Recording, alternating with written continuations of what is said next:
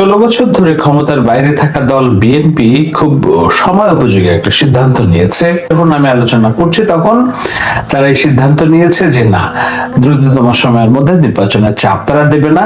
এমনকি স্থায়ী কমিটির একজন সদস্য এটাও বলেছেন যে যখন তারা এই অন্তর্বর্তী সরকার মনে করবে যে এখন নির্বাচনের সময়, তখন তারা নির্বাচন দিবে। এ নিয়ে বিএনপি চাপ পাওয়ার কিছু নেই। এটি যে আওয়ামী লীগের একটি পাতা ফাঁদে তারা দ্রুত নির্বাচনের যে দাবি তুলেছিল সরকার গ্রহণ করার আগে,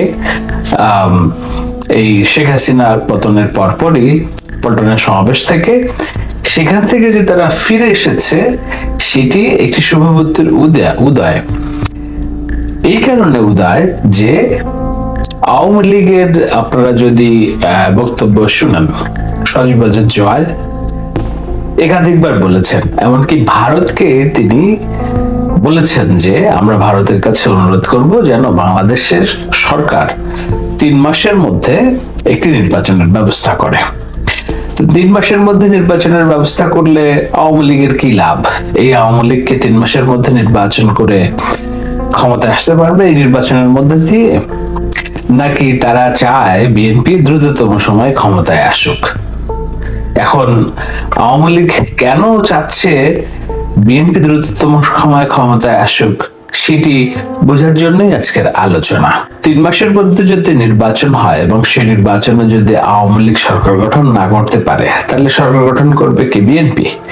তো বিএনপি যদি একটি রাজনৈতিক সরকার গঠন করে 3 মাসের মধ্যে, তখনও পর্যন্ত এই যে আওয়ামী লীগের সাজানো প্রশাসন আছে, কিভাবে আছে? পুলিশের একেবারে 3 থেকে 4 স্তর জুড়ে ছাত্রলীগ যুবলীগের কর্মীরা বসে আছে।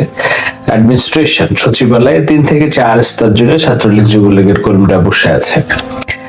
আপনি যেই জায়গায় হাত দেবেন, নির্বাচন কমিশন যেখানেই হাত দেবেন না কেন, সেখানে ছাত্রলীগ যুবলীগের কর্মীরা বসে আছে। এখন এই যে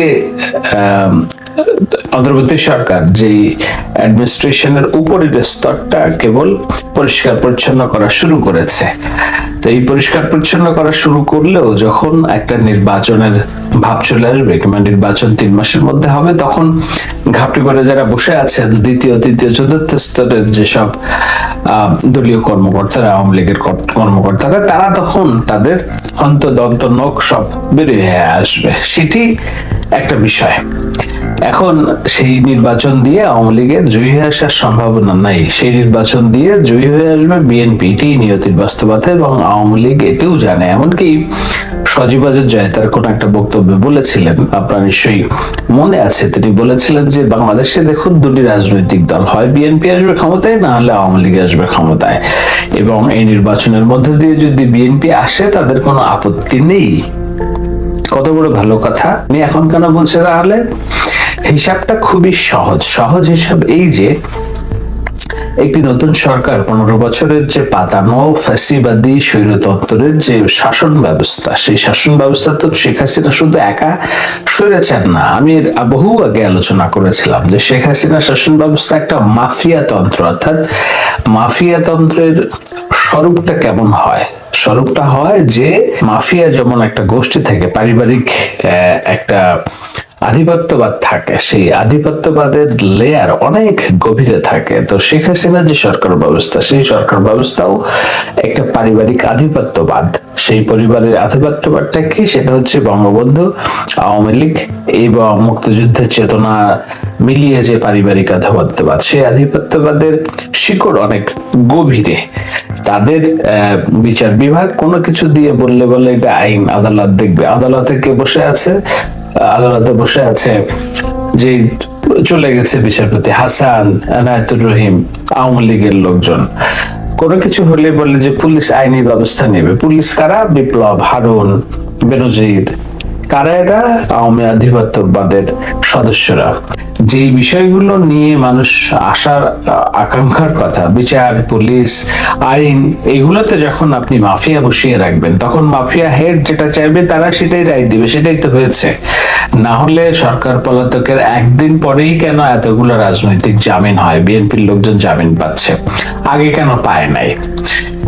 সহজ হিসাব হলো যে এই মাফিয়া তন্ত্রটা শেখ হাসিনা এমন ভাবে কায়েম করে রেখেছিলেন, এই মাফিয়া তন্ত্রের শাসন ব্যবস্থার যে জাল এবং লেয়ার, সেটা তো আপনাকে ভাঙতে হবে। সেই ভাঙতে ভাঙতে বিএনপির সময় চলে যেত 2 বছর 3 বছর। যদি বিএনপি সরকার ক্ষমতা গঠন করতে 3 মাসের মধ্যে নির্বাচনে, তাহলে দেখা যাচ্ছে যে যেই 15 বছরের যে শাসনের জট, আমলাতন্ত্রের জট, দলীয় কর্মী বাহিনীদের যে জট, সেই জট বিএনপি সরানোর আগ দিয়েই দারুণভাবে অজনপ্রিয় হয়ে পড়তো।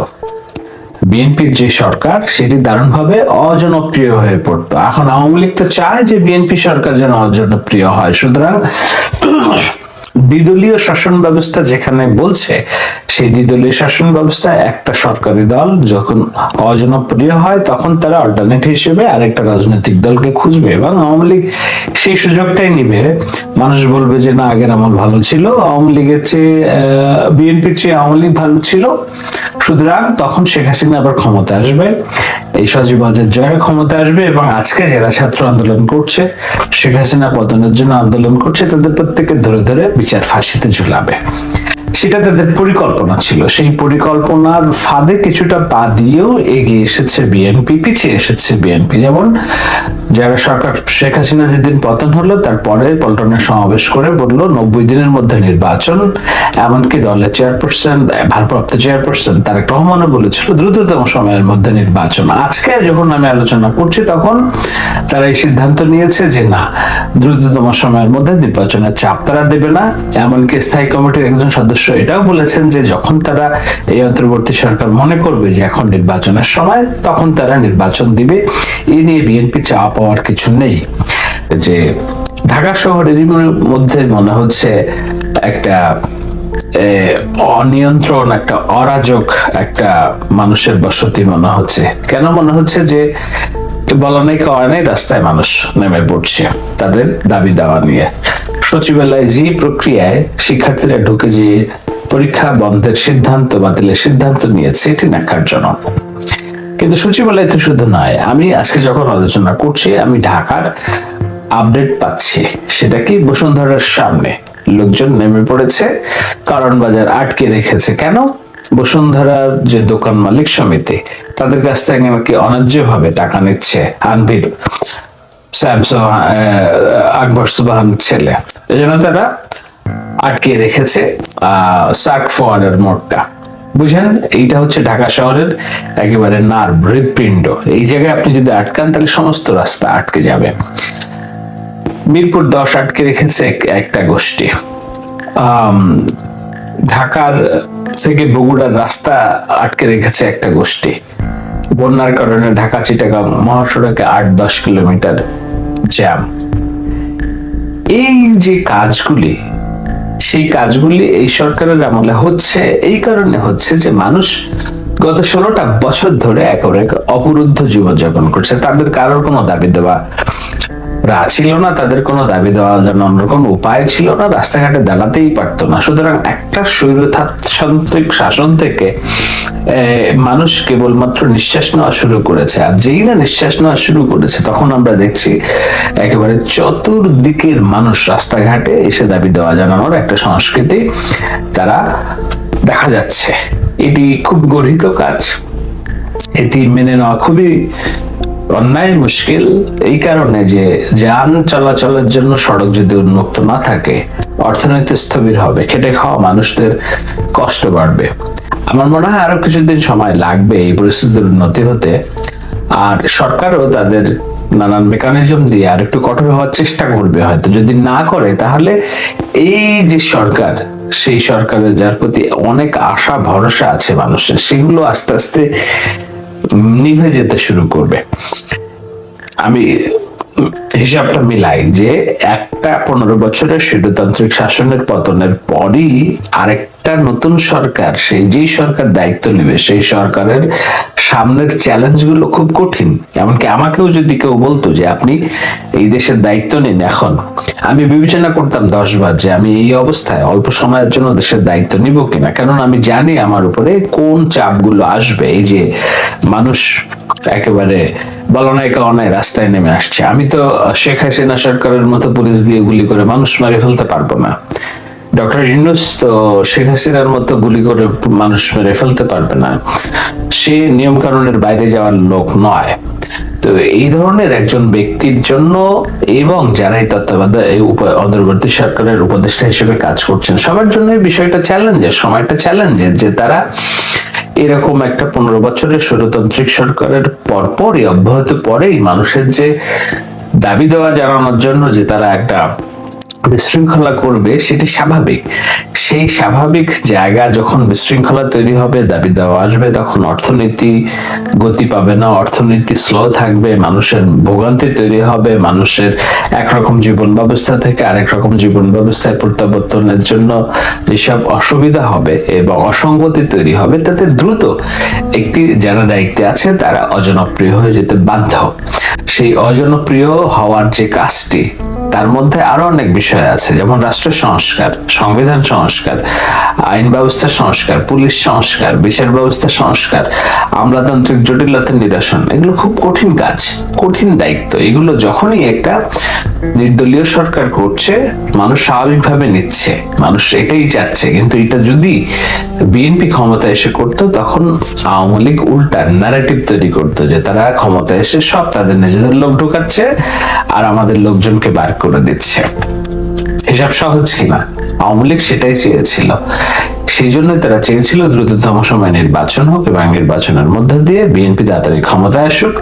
2 বছরের মধ্যে বিএনপি এত অজনপ্রিয় দল হয়ে যাবে যে তারা আবার নির্বাচনের জন্য মাঠ কাঁপাবে, মাঠে অস্থিরতা সৃষ্টি করবে। মানুষও ভাবতে শুরু করবে যে না, ঠিক আছে, 2 দলই যেহেতু আমাদের নিয়তি, তখন আওয়ামী লীগ মনে হচ্ছে ভালোই ছিল। সেই কাজটা হচ্ছে না। আর তার অর্থ হলো এই যে এই সরকার ক্ষমতায় থাকবে, রাষ্ট্রের প্রশাসনিক সংস্কারগুলো করবে, আইন সংস্কার করবে, নিয়ম সংস্কার করবে। সবচেয়ে বড় জিনিস যে সংস্কার, সেটা হলো মানুষের চিন্তা চেতনার সংস্কার। সেই সংস্কারটা হবে কিনা আমরা জানি না।